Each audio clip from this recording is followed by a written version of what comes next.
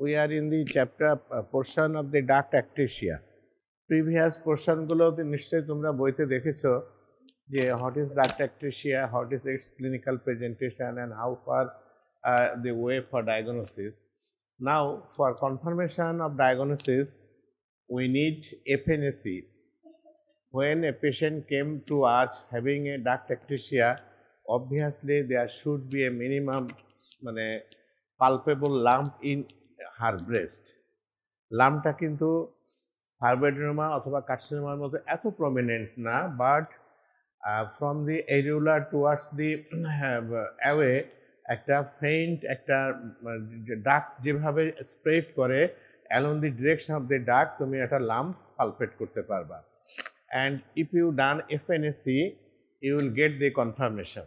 ওকে, আরেকটা আছে কি যে after confirmation of the disease you must have to take measures for the treatment. And what should be treatment? আমরা আগে জেনেছি যে there are multiple organisms involved in this disease, even anaerobic organisms are also involved. So you need a good antibiotics to combat the infection, and if it is not sufficient then you may have the necessity to drainage the duct, because সেখানে যে stagnant material আছে এবং ultimately একটা abscess like formation হয়ে যাবে এবং তার জন্য একটা ড্রেনেজের দরকার হবে। Even the excision of all the major ducts এটাও লাগতে পারে। তাহলে it is the difficult portion যে যদি ডাক্ট এক্সট্রিশন করতে হয় তাহলে how it could be possible. 15 থেকে 20টা ডাক্ট আছে, অল দি মেজর ডাক্টস যদি এক্সট্রিশন করতে হয় দ্যাট ইজ তোমার ultimately your breast have to surrender, তাই না? আমি ব্রেস্ট রেখে গুনে গুনে তোমার ডাক্টগুলো বের করে ফেলবো, it is practically not possible. So সেক্ষেত্রে তোমাকে ব্রেস্টটাকে সারেন্ডার করতে হবে। তাহলে ডাক্ট ectasia ট্রিটমেন্টে আমরা বলবো এটা প্রপার অ্যান্টিবায়োটিক দিব, ইফ নেসেসারি আমরা অ্যাবসেস ফর্মেশন হয়ে গেলে ড্রেনেজ করব। এতে যদি কাজ না হয় তাহলে আমরা মেজর ডাক্টগুলোকে এক্সট্রিশন করব। দেখো এখানে একটা পিকচারে দেখাচ্ছে এইগুলো কিন্তু ডাক্ট ectasia। ডাক্টগুলো কেমন জানি একটা অ্যাবনর্মাল শেপ নিয়েছে এবং এর সাথে তোমার ইনফ্লামেশন হয়ে পেরিডাক্টাল মাস্টাইটিসও ডেভেলপ করে গেছে। এই পেরিডাক্টাল মাস্টাইটিস যেটা হয় এইটার জন্যই সমস্যাটা বেশি হয়ে যায়, নাহলে ডাক্টের ভিতরে যেটুকু থাকে সেটা তো কোনো রকম ম্যানেজেবল, বাট পেরিডাক্টাল মাস্টাইটিস যখন হয়ে যায় তখন ইট is a really difficult thing to treat medically. এটা কিন্তু নিপল এরিওলা, এখান থেকে এক্সট্রিশন করে এইভাবে নেওয়া হয়েছে, ওয়েল ডিসেকশন করে, যে হয়তোবা এইখানকার ডাক্টগুলোকে তারা ফাইন্ড আউট করতে পেরেছে বা সর্ট আউট করতে পেরেছে যে এইগুলোর ইনভলভমেন্ট হয়েছে। দ্যাট ইজ হোয়াই তারা এই স্কিনটাকে সরায়ে ব্রেস্ট প্যানকাইমাটা ওপেন করেছে এবং এখান থেকে ডাক্টগুলো এক্সারসাইজ করার চেষ্টা করছে। Now another bad disease is idiopathic granulomatous mastitis. As the name indicated, idiopathic, that is it had got no definitive cause. IgM সংক্ষেপে বলি, idiopathic granulomatous mastitis is a rare inflammatory non-caseating chronic granulomatous benign disease. দেখো কতগুলো এর উপাধি আছে, এই ডিজিজটাকে আমরা কতগুলো উপাধি দিয়েছি। একটা হচ্ছে কি, it's a rare disease but not uncommon, এটা একটু মনে রাখবা, rare but not uncommon. Inflammatory process থাকবে সেখানে, non caseating chronic granulomatous benign disease. Non কেজিয়েটিংটা কেন বলেছি? ইয়েস, যদি এটা কেজিয়েটিং বলতাম তাহলে টিউবারকুলাস হয়ে যেত। তাহলে টিবির ইনফ্লামেশনের সাথে সিমিলারিটি আছে বাট কোনো কেজিয়েশন থাকছে না। তাহলে inflammatory non caseating chronic granulomatous benign diseases occurs within 5 years of parturition. Parturition মানে কি? ডেলিভারি। তাহলে ইউজুয়ালি তাহলে এটা হচ্ছে নন প্রেগনেন্টদের জন্য হবে না, এরকমই একটা কথা আছে। এরা কিন্তু ক্লিন কাট বলছে না যে নন প্রেগনেন্টদের হবে না, বলছে কি 5 years আফটার পার্চুরেশন। ঠিক আছে, তাহলে ইউজুয়ালি এটা আমরা ধরে নিব যে যারা বেবি যাদের আছে এরকম ওমেনদেরই এটা হবে এবং যদি আমরা হিস্ট্রি নেই দেখা যাবে লাস্ট বেবির 5 বছর পরে যে এই ডিজিজটা অ্যাপিয়ার করেছে। Often present with features of mastitis, that is with pain, nipple retraction, lump in the breast. তাহলে এখানে আমরা পাবো কি একটা মাস্টাইটিসের ফিচার পাবো। মাস্টাইটিস মানে ইনফ্লামেশনের ফিচার পাবো। দ্যাট ইজ সেখানে রেডনেস থাকতে পারে, টেন্ডারনেস থাকতে পারে, আর সেখানে একটা সোয়েলিং থাকতে পারে। হ্যাঁ, তাহলে এগুলো থাকলো, পেন থাকবে, নিপল রিট্রাকশন থাকবে, and lump in the breast থাকবে। এবং obviously patient should be in a state of non lactation স্টেজে থাকবে। Some of them are treated with anti-tuberculous treatment with FNAC, trucut biopsy findings of granuloma, but they are non tuberculous. তাহলে এটাকে আমরা অনেক সময় antibiotic দিয়ে treatment করি, sometimes আমরা ব্লাইন্ডলি অ্যান্টি-টিউবারকুলাস ড্রাগ দিয়েও ট্রিটমেন্ট করতে পারি, যদিও আমাদেরকে এফএনএসিতে কোনো টিউবারকুলার ম্যাটেরিয়ালের মানে পজিটিভ সাপোর্ট আমরা পাই না, but sometimes we may treat it with anti-TB drugs.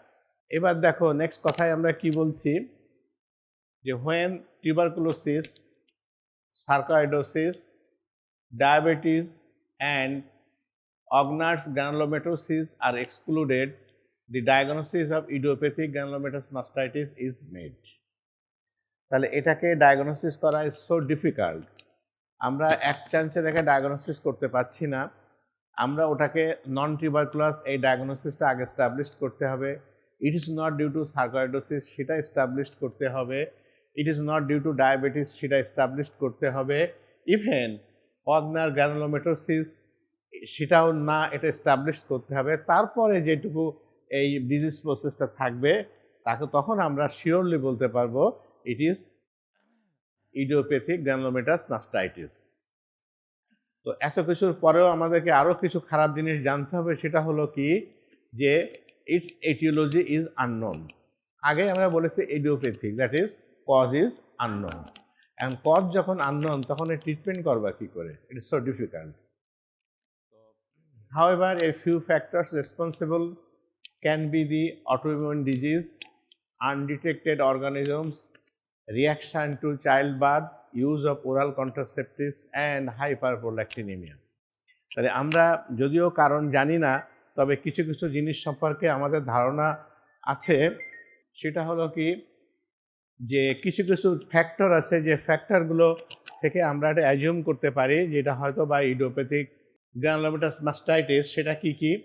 Some autoimmune disease may be মানে প্রিসিপিটেটিং ফ্যাক্টর। তাহলে সেখানে একটা অটোইমিউন ডিজিজের কিছু আনাগোনা থাকতে পারে।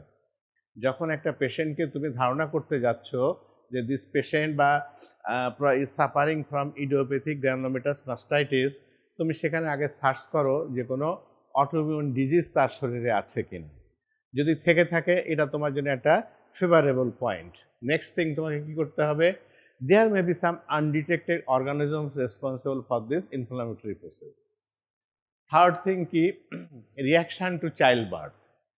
What is this? চাইল্ড বার্থের সাথে আবার রিয়াকশান কি? Obviously when a child is born, definitely there are tremendous trauma to the mother. মাদারের বডিতে trauma, it's not physical trauma but internal environmental trauma tremendously হয়। তার ভিতরে মাল্টিপল হরমোনিক চেঞ্জ আসে, multiple physiological প্রসেসে চেঞ্জ আসে। এই যে ট্রমাগুলো, এই ট্রমাগুলো কোনো না কোনো কিছু একটা হয়তো বা দায়ী হতে পারে। তা না হলে why it is not uncommon in নন মানে নালিপ্রাস লেডি। নালিপ্রাস লেডির ভিতরে আমরা এটা পাই না কেন? তাহলে চাইল্ড বেয়ারিংয়ের এজেই আমরা পেয়ে থাকি, এবং obviously she has got at least one child. তাহলে এই চাইল্ড বার্থের সাথে যে বডিতে যে ইন্টারনাল ট্রমা হয়, এই trauma may be some responsibility is there. তারপরে আর কি আসছে, use of oral contraceptives. Yes, একটা লেডি যখন সে ফ্যামিলি লাইফে ঢুকবে, obviously she needs to oral contraceptives to use. It may be a factor. আর কি হতে পারে? হাইপারপ্রোল্যাক্টিনিমিয়া। হাইপারপ্রোল্যাক্টিনিমিয়াটা কখন ঘটে? After the cessation of lactation. কারণ যখনই ল্যাকটেশনটা হবে তখন তো প্রোল্যাক্টিন লেভেলটা বেশি থাকবেই, but after the cessation of lactation prolactin লেভেলটা should go to the baseline.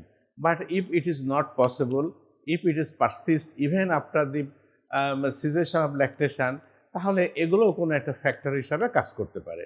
তাহলে আমরা এই কতগুলো ফ্যাক্টরকে ধরে নিচ্ছি যে এটা একটা এই ডিজিজ মানে ফ্যাক্টরগুলো is responsible for the development of idiopathic granulomatous mastitis. Number one কি হলো, there may be a correlation with an autoimmune disease, there may be some unknown infection, child bearing trauma থাকতে পারে, ওরাল কন্ট্রাসেপটিভস থাকতে পারে, তারপরে hyperprolactinaemia. এই কতগুলো factor may be responsible for the development of idiopathic granulomatous mastitis.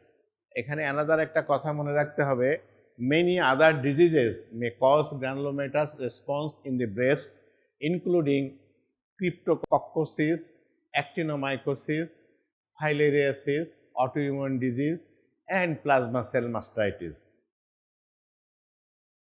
Many disease may cause granulomatous response. তাহলে ব্রেস্টের আরও অনেকগুলো ডিজিজ আছে যেগুলো গ্রানুলোমেটাস রেসপন্স করতে পারে।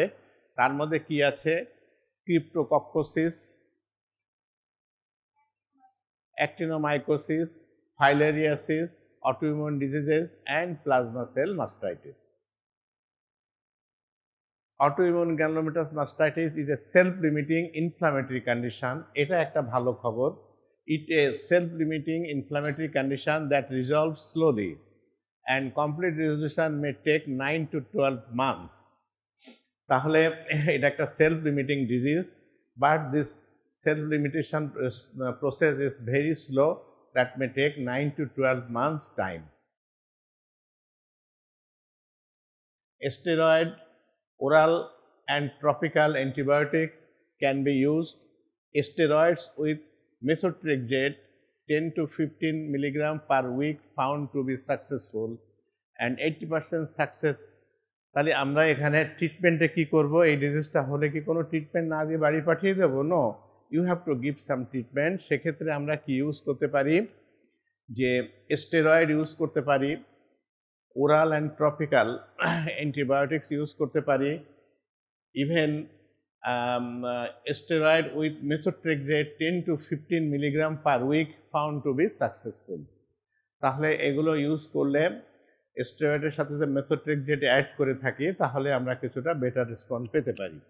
আমরা যে অ্যান্টিবায়োটিক ইউজ করার কথা বললাম, অ্যামোক্সিসিলিন প্লাস ক্লাভোনিক অ্যাসিডের যেটা কম্বিনেশন, হ্যাঁ, এই ড্রাগটা এখানে একটা ভালো কাজ করে, এটা আমরা ইউজ করতে পারি। তারপরে ডক্সিসাইক্লিন ইউজ করতে পারি।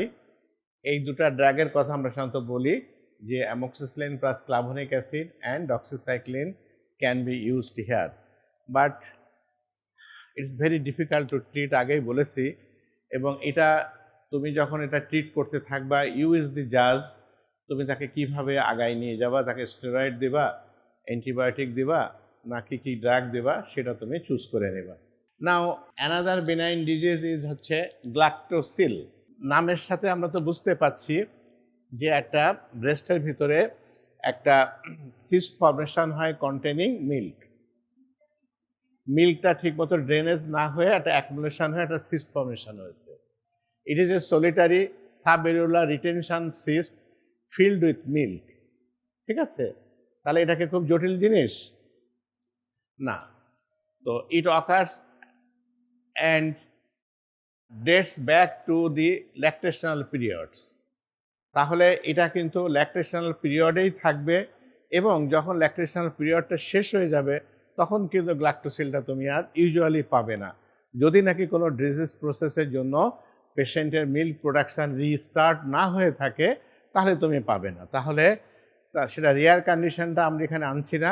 নর্মাল কন্ডিশনে আমরা কি বলতে চাচ্ছি, it is a solitary subareolar retention cyst filled with milk and it occurs and dates back to the lactational period. ঠিক আছে, অনেক সময় ল্যাকটেটিং স্টেজে মায়েরা এসে আমাদের কাছে বলে যে আমার এরিউলার নিচে একটা দলাপাক পাচ্ছি, হাত দিয়ে পালপেশন করলে ডেফিনিটিভ একটা লাম্প পাওয়া যায়। লাম্পটা ইউজুয়ালি নট টেন্ডার, বাট একটা লাম্প পাওয়া যায়। অ্যান্ড লাম্প পাওয়া গেলেই তো আমাদের মাথা খারাপ হয়ে যায়। রুগীরাও মনে করে যে হ্যাঁ, আমার তাহলে একটা টিউমার হয়েছে, এই টিউমারটা নিশ্চয়ই ক্যান্সার, আজকে ক্যান্সার পাওয়া যাচ্ছে, কালকে আমি মারা যাব। এই ধরনের নানান ধরনের একটা অ্যাংজাইটি টেনশন নিয়ে পেশেন্টরা আমাদের কাছে আসবে। It occurs due to inadequate drainage of milk added by epithelial debris which blocks the lactifrous duct. এটা একদম কমন কথা। যদি ল্যাক্টিফ্রাস ডাক্টের ওপেনিংটা ব্লক না হয়ে থাকে তাহলে it is not possible to written the milk. ঠিক আছে, তাহলে এই ল্যাক্টিফ্রাস ডাক্টের ওপেনিংটা ব্লক হচ্ছে কি দিয়ে? ইউজুয়ালি টিস্যু ডেব্রিজ দিয়ে।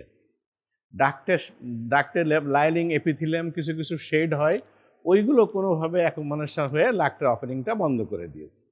এখন যখনই বন্ধ হয়েছে, বেবি যখন সাক করেছে ওটা ঠিক ওপেন হয়নি, ওই অবস্থায় পারসিস্ট করেছে, মিল্ক তো তৈরি হয়ে আসছে। বেবি যখন সাক করছে 12 থেকে 15 থেকে 20টা ডাক্ট থেকেই তো মিল্ক আসছে, হয়তো একটা বা দুটো ডাক্ট এরকম ওপেনিংটা বন্ধ হয়ে গেছে টিস্যু ডেব্রিজ দিয়ে। তো তখন কি হচ্ছে, সব ডাক্ট দিয়ে মিল্ক আসছে, ওই দুটো ডাক্ট দিয়ে অ্যাফেক্টেড ডাক্ট দিয়ে মিল্কটা পাস করছে না, তাহলে ওগুলো অ্যাকুমুলেশন হয়ে সোয়েলিং হয়ে যাচ্ছে, ব্লাডারের মতো ফুলে উঠছে। এইটা হচ্ছে রিটেনশন সিস্ট বলছি আমরা, একটা মিল্কের রিটেনশন সিস্ট। এটা আমরা কোথায় পাবো? এরিউলার রিজনে, নট কিন্তু ব্রেস্ট প্যারেনকাইমাতে আমরা পাবো না। ঠিক আছে, once the duct is blocked proximally, the milk fluid accumulates resulting in a huge enlargement of the breast. পাশাপাশি আরেকটা জিনিস কি হচ্ছে, যে যখনই ডাক্টটা ব্লক হয়ে গেছে, ওই লোবিউল থেকে যে মিল্কগুলো প্রোডাকশান হচ্ছে তারা তো সব ডাক্ট দিয়ে আসছে, but passage outlet is obstructed. তাহলে কি হচ্ছে, পুরো ডাক্টটাই আলটিমেটলি সোয়েলিং হয়ে যাবে, লোবিউলটাও সোয়েলিং হয়ে যাবে, until unless it সিজেস to produce milk. ঠিক আছে, তাহলে অ্যাজ এ রেজাল্ট কী হচ্ছে, পুরা ব্রেস্টটাও এনগর্সড মনে হবে। পেশেন্টরা কিন্তু এই কমপ্লেনটাও করে যে আমার এখানেটা দলা পাচ্ছি এবং আমার ব্রেস্টটাকে মনে হচ্ছে ভার ভার। দেয়ার ফিলিংস ইজ দ্যাট যে their breast become engorged, but their complain should be like this, যে আমি মনে করছি it is heavy. They feel that their breast become heavy, ঠিক আছে, but it is nothing, it is due to the accumulation of milk in the lobule and in the duct system. Okay, really it undergoes calcification. যদি এটা খুব long standing time ধরে থাকে, if it is not solved, তাহলে ultimately হয়তো calcification হতে পারে, but it is a rare condition, but may happen যে সেখানে এই ডাক্ট সিস্টেমটা ক্যালসিফাইড হয়ে যেতে পারে। Aspirated fluid yellow colour in simple cyst. যদি ব্রেস্টে এরকম একটা সিস্টিক ফিলিংস তোমার কাছে নিয়ে আসলো, তুমি নিডল অ্যাসপিরেট করলে এরকম ফ্লুইড যদি পেয়ে থাকো, তোমার ডায়াগনোসিস কি হবে? No, simple cyst, simple cystic fluid, ওদের নিচে লেখা আছে পর yellow colour in simple cyst.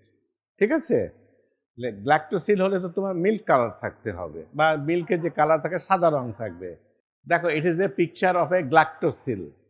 একটা গ্ল্যাক্টোসিল হলে একটা ডাক্ট কতটুকু সোয়েলিং হতে পারে, কত বড় একটা সিস্টিক সোয়েলিং আসতে পারে, it is a sample of such type of disease a galactocele. তো এখন how you will treat a galactocele? It is treated by repeated aspiration. তাহলে প্রথমে যখন তোমার কাছে সিস্ট নিয়ে এসেছে, তুমি তাকে নিডল অ্যাসপিরেশন করে দাও একবার দিলে, repeated you may need some repeated aspirations, হয়ে গেল। তারপরে যখন এটা আর স্ট্যাগন্যান্ট হবে না, তখন তোমার তো problem is solve. And at last if it is not possible, repeatedly হচ্ছে, then excision is the last choice. Excision of the cyst including the duct is the choice. ঠিক আছে।